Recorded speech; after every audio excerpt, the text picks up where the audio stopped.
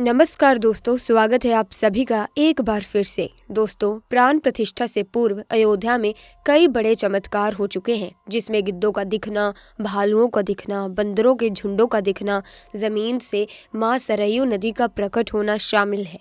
लेकिन इस चमत्कार को अभी तक का सबसे बड़ा चमत्कार कहा जा रहा है, जिसके पीछे की सच्चाई जानकर आपके पैरों तले जमीन खिसक जाएगी।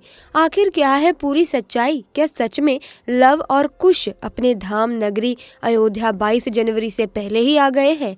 मित्रों, राम जी से मिलने पहुंचे उनके दो पुत्र लव और कुश, क्या लव और कुश आज भी जीवित है? ऐसे कई रहस्यों से आज पर्दा उठेगा। इसी के साथ बताया जा रहा है कि भारत के सबसे बड़े 4 शंकराचार्य मंदिर उद्घाटन में शामिल होने के लिए राजी ही नहीं हो रहे हैं। वहीं पर शंकराचार्य बता रहे हैं कि मंदिर अभी पूरे तरीके से तैयार नहीं हुआ है। और इसी के साथ बताया जा रहा है कि मंदिर में भारत का सबसे बड़ा नगाड़ा पहुंच चुका है। और वहीं गुजरात के बड़ौदरा से 108 फीट लंबी अगरबत्ती भी पहुंच चुकी है, जिसका वजन 3500 किलोग्राम है। उसी के साथ राम भक्तों ने 21 क्विंटल का घंटा भी मंदिर में पहुंचा दिया है। वहीं मंदिर के यज्ञ के लिए राजस्थान से 650 किलो देसी गाय का घी भी मंदिर में पहुंच गया है। वहीं पर नेपाल की जनकपुरी से अयोध्या के लिए एक साथ 500 से ज्यादा टोकरी में उपहार बंधकर जनकपुरी अयोध्या ला रहे हैं। दोस्तों, वहीं आपने देखा होगा कि राम भक्त अपने प्रभु श्री राम के लिए कोई सोने का तीर कमान भेज रहा है, तो कोई खड़ाऊ, तो कोई वस्त्र भेज रहा है। आज की इस वीडियो में शुरुआत करने से पहले अगर आप एक सच्चे सनातनी हैं, हिंदू हैं और राम मंदिर बनने से बेहद प्रसन्न है, तो इस वीडियो को लाइक करें और कमेंट्स में जय श्री राम जरूर लिखें। दोस्तों, अयोध्या में राम मंदिर की प्राण प्रतिष्ठा की तैयारी जोर शोर से चल रही है। 22 जनवरी 2024 को राम लला को गर्भगृह में स्थापित किया जाएगा। हर राम भक्त को इस दिन का लंबे समय से इंतजार था। अयोध्या में 22 जनवरी से लेकर 25 मार्च तक कई खास कार्यक्रमों का आयोजन किया जाएगा। इस बीच मंदिर के गर्भगृह के निर्माण का काम 24 घंटे चल रहा है। 22 जनवरी को राम मंदिर में राम लला की प्राण प्रतिष्ठा होने वाली है। किसी भी मंदिर में की जाने वाली भगवान की मूर्ति की प्राण प्रतिष्ठा का बहुत महत्व होता है। मूर्ति की प्राण प्रतिष्ठा के बिना भगवान का पूजन अधूरा माना जाता है। इसीलिए आगे हम वीडियो में बताएंगे कि प्राण प्रतिष्ठा क्या होती है और जानेंगे कि लव कुश कैसे राम मंदिर में प्रकट हुए। दोस्तों, सनातन धर्म में किसी भी मूर्ति की प्राण प्रतिष्ठा बहुत ही महत्वपूर्ण मानी जाती है। प्राण प्रतिष्ठा मूर्ति स्थापना के समय किया जाता है। किसी भी मूर्ति की स्थापना के समय उस प्रतिमा रूप को जीवित करने की विधि प्राण प्रतिष्ठा कहलाती है। प्राण शब्द का अर्थ जीवन शक्ति और प्रतिष्ठा का अर्थ स्थापना होता है। ऐसे में प्राण प्रतिष्ठा का अर्थ जीवन शक्ति की स्थापना करना या देवता को जीवन में लाना होता है। बिना प्राण प्रतिष्ठा के कोई भी मूर्ति पूजा के योग्य नहीं मानी जाती। मान्यता है कि प्राण प्रतिष्ठा के जरिए मूर्ति में जीवन शक्ति का संचार होता है और वो मूर्ति देवता के रूप में बदल जाती है। अर्थात अब साक्षात प्रभु श्री राम अयोध्या राम मंदिर में निवास करने वाले हैं। और जब स्वयं प्रभु एक बार पुनः अयोध्या आ रहे हैं, तो उनके प्रिय बेटे व पुत्र लव कुश कैसे पीछे रह सकते हैं? क्योंकि जब प्रभु श्री राम जी जल समाधि के लिए गए, तब उन्होंने लव कुश को अयोध्या का राज्यपाल सौंप दिया था। हिंदू धर्म में रामायण को महाकाव्य कहा जाता है, साथ ही पवित्र ग्रंथ के रूप में पूजा जाता है। रामायण में आज भी कई ऐसे रहस्य छुपे हुए हैं जिनके बारे में सिर्फ तभी पता चल सकता है जब रामायण का गहन अध्ययन किया जाए। ऐसा ही एक रहस्य है जो रामायण में होते हुए भी कभी सामने नहीं आया, जिसके बारे में बहुत ही कम लोगों को पता है। ये रोचक तथ्य जुड़ा है श्री राम और माता सीता के पुत्र लव कुश और उनके पूर्व जन्म से। असल में ये शायद ही किसी को पता हो कि श्री राम और माता सीता के पुत्र लव कुश किसका अवतार थे। दरअसल वाल्मीकि रामायण के अनुसार श्री राम ने जब माता सीता का त्याग किया था, तब माता सीता को वाल्मीकि ऋषि ने बेटी मानकर अपने आश्रम में स्थान दिया था। वाल्मीकि जी के आश्रम में ही माता सीता ने 2 सुंदर पुत्र रत्नों को जन्म दिया था। वाल्मीकि ऋषि ने इन दोनों का नाम लव और कुश रखा। जहां लव श्री राम और माता सीता के छोटे पुत्र थे, वही कुश बड़े पुत्र थे। वाल्मीकि रामायण में उल्लेख मिलता है कि लव और कुश पूर्व जन्म में वसुनंद और सुनंद नामक 2 ऋषि भाई थे। रामचरितमानस में ऐसा उल्लेख है कि वसुनंद और सुनंद दोनों ऋषि भाइयों ने भगवान विष्णु की घोर तपस्या की थी। भगवान विष्णु उनकी तपस्या से प्रसन्न हुए। तब दोनों ने भगवान विष्णु से एक पिता की भांति उनका साथ मांगा। भगवान विष्णु वरदान सुन प्रफुल्लित हो गए और उन्होंने दोनों ऋषि भाइयों को ये वरदान दिया कि त्रेता युग में श्री राम अवतार के दौरान उन दोनों का जन्म राम कुल में होगा और वो श्री राम एवं माता सीता के पुत्र कहलाएंगे। ऐसे में लव कुश का अपने पिता की जन्म भूमि पर प्रकट होना और उनकी प्राण प्रतिष्ठा देखना सच में चौंकाने वाली बात है। वही बताया जा रहा है कि रावण का वध विभीषण ने ही करवाया था। राम जी ने वध करके लंका पर विजय पाई थी और पुष्पक विमान के जरिए जब वो फिर से अयोध्या लौटे थे तब प्रभु श्री राम के साथ विभीषण जी भी अयोध्या आए थे और कई दिनों तक अयोध्या में ही रुके थे। इसके बाद उन्होंने लंका का राज्य सिंहासन संभाला और लंका के राजा बन गए। यानी प्रभु श्री राम की भक्ति उनके लिए बहुत भाग्यशाली साबित हुई है, क्योंकि जो राम की शरण में आ जाता है उसका उद्धार निश्चित है। लेकिन क्या विभीषण आज भी जिंदा है? इसका जवाब आपको आगे की वीडियो देखकर पता चलेगा। दोस्तों, हिंदू धर्म की पौराणिक कथाओं के अनुसार माना जाता है कि 8 महान विभूतियां आज भी सशरीर जीवित हैं, जिनमें से कुछ रामायण काल के हैं तो कुछ महाभारत काल के, तथा कुछ विभूतियां उससे भी पहले के काल से आज तक जीवित है। पौराणिक मान्यता के अनुसार विभीषण, अश्वत्थामा, बाली, वेदव्यास, हनुमान जी, कृपाचार्य, भगवान परशुराम और मार्कंडेय ऋषि चिरंजीवियों में शामिल हैं। चिरंजीवी का अर्थ होता है जो सृष्टि के अंत तक जीवित रहे और जिसकी उम्र भी ना बढ़े, और विभीषण भी इन्हीं चिरंजीवियों में से एक है जो आज भी इस धरती पर मौजूद है और अनंत काल तक जीवित रहेंगे। लेकिन ये वरदान आखिर उन्हें किसने दिया, ये बड़ा जानने का विषय है। भगवान राम के अनन्य भक्त विभीषण बाल्यकाल से ही धर्मपरायण रहे। वो अपने बड़े भाई रावण के धर्म विरुद्ध कार्यों का विरोध भी करते थे। उन्होंने लंका युद्ध में भी धर्म का पालन करते हुए भगवान राम का साथ दिया। इसीलिए प्रभु श्री राम ने उन्हें सृष्टि के अंत तक अजर अमर रहने का वरदान दिया। जब कलयुग का दोस्तों अंत होगा, उस समय भगवान विष्णु एक बार फिर से अवतार लेंगे जिसका नाम कल्कि होगा। तब ये 8 चिरंजीवी भगवान कल्कि का साथ देंगे और फिर से सतयुग की स्थापना करेंगे। इसका मतलब यही निकलता है कि विभीषण आज भी जीवित है। लेकिन आखिर प्राण प्रतिष्ठा से पहले राम मंदिर में उन्हें कब और कैसे देखा गया? आगे की वीडियो में जो घटना है हम आपको बताने वाले हैं। उसे सुनकर आपको यकीन हो जाएगा कि सच में विभीषण को अयोध्या में देखा गया है। दोस्तों, ये घटना है 11 जनवरी रात्रि 12 बजे की। रोजाना की तरह सभी मजदूर राम मंदिर के गर्भगृह का कार्य करके अपने तंबू में विश्राम कर रहे थे। तभी मजदूरों को मंदिर के अंदर से प्रभु श्री राम के नाम जाप की ध्वनि सुनाई दी। अभी किसी भी अन्य व्यक्ति को रात्रि के समय राम मंदिर में घुसने की अनुमति नहीं है। तब उन्हें ऐसा लगा कि शायद किसी आसपास के मंदिर द्वारा उन्हें ध्वनि सुनाई दे रही होगी, तो सभी मजदूर रात्रि में वापस सो गए। लेकिन दीपक नाम के एक मजदूर को लगातार ये बात खटक रही थी कि उसे वो आवाज राम मंदिर से ही आती प्रतीत हो रही थी। तो उसके मन में जानने की उत्सुकता हुई, आखिर इतनी रात्रि को राम मंदिर के अंदर राम नाम का जाप कौन कर रहा है। उसने अपने साथियों को उठाना चाहा, लेकिन सभी गहरी नींद में थे। तब दीपक अकेले ही राम मंदिर परिसर में पहुंचा। वे काफी महीनों से राम मंदिर के निर्माण कार्य का हिस्सा था।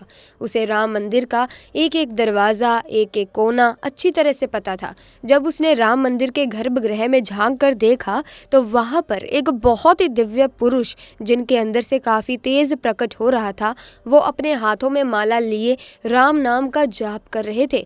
ऐसा लग रहा था कि मानो वो काफी दिव्य पुरुष हो और किसी पौराणिक समय से आए हों। उनके बैठने का तरीका और उनका अंदाज राजाओं की तरह मालूम पड़ रहा था। दीपक ये नज़ारा देखकर दंग रह गया। इसके बाद दीपक अपने साथी मजदूरों के पास गया और उन्हें ये सारी सच्चाई बताई। और जब सब मिलकर राम मंदिर गर्भगृह तक पहुंचे तो सभी के होश उड़ गए, क्योंकि वो दिव्य व्यक्ति वहां से गायब हो चुके थे। क्योंकि रात्रि का समय चल रहा था तो सभी लोग दीपक की बातों को भ्रम समझ रहे थे और कोई भी उसकी बात को मानने को तैयार ही नहीं था। लेकिन दीपक जानता था कि उसने जो देखा है वो बहुत बड़ा चमत्कार है। लेकिन उसके मन में एक ही सवाल था कि रात्रि 12 बजे राम मंदिर में राम नाम का जाप करते हुए वो दिव्य पुरुष आखिर थे कौन? क्योंकि आज के समय में किसी भी पुरुष के अंदर इतना तेज नहीं हो सकता। उनका संबंध पौराणिक काल से ही हो सकता है। और अगर रामायण काल की बात करें तो दो ही शख्सियत है जिनके होने का दावा आज भी कलयुग में कहा जाता है। पहले है हनुमान जी और दूसरे है विभीषण। तो पूरी की पूरी संभावना यही है कि दीपक ने राम मंदिर में रात्रि के समय जिस महापुरुष को देखा था वो राजा विभीषण हो सकते हैं, क्योंकि वो आज भी धरती पर जीवित है और 8 चिरंजीवियों में से एक है। ऐसे दिव्य मौके पर राम मंदिर में कई चमत्कार लगातार हो रहे हैं, जहां कई दिव्य शक्तियां भी राम भगवान के स्वागत के लिए अयोध्या पहुंची हैं। राम मंदिर के उद्घाटन की तैयारियां अब अंतिम चरण में है। इस बीच एक और जहां श्री राम जन्मभूमि तीर्थ क्षेत्र ट्रस्ट लगातार तैयारी की जानकारी साझा कर रहा है, वहीं राम मंदिर के इस महायज्ञ में देश का हर राम भक्त अपनी आहुति अर्पित कर रहा है। आने वाली 22 तारीख के मौके पर कई संत महात्मा और जिन भक्तों ने राम मंदिर के लिए संघर्ष किया है वो सभी अयोध्या पहुंचेंगे। न केवल 22 जनवरी को बल्कि 12 जनवरी से ही मेहमानों का अयोध्या जाने का सिलसिला शुरू हो चुका है। राम नगरी में 11,000 से ज्यादा VIP मेहमानों के स्वागत की तैयारी की जा रही है। देखा जाए तो दोस्तों, एक समय था जब यही अयोध्या में राम लला टेंट में विराजमान थे। आज पक्का घर सिर्फ राम लला को ही नहीं बल्कि पक्का घर देश के 4 करोड़ गरीबों को भी मिला है। रामायण के समय में अयोध्या को स्वर्ग कहा जाता था। देवता इसे स्वर्ण नगरी कहते थे क्योंकि ये नगरी चारों तरफ से हर प्रकार की सुविधा से युक्त था। लेकिन जब मुगल आक्रांताओं ने भारत पर आक्रमण किया तो पूरे अयोध्या नगर को उजाड़ कर रख दिया। मंदिर के ध्वस्त होने के बाद कई सालों तक ये भूमि वीरान रही और किसी भी हिंदू सनातनी को इस क्षेत्र में आने की अनुमति तक नहीं थी।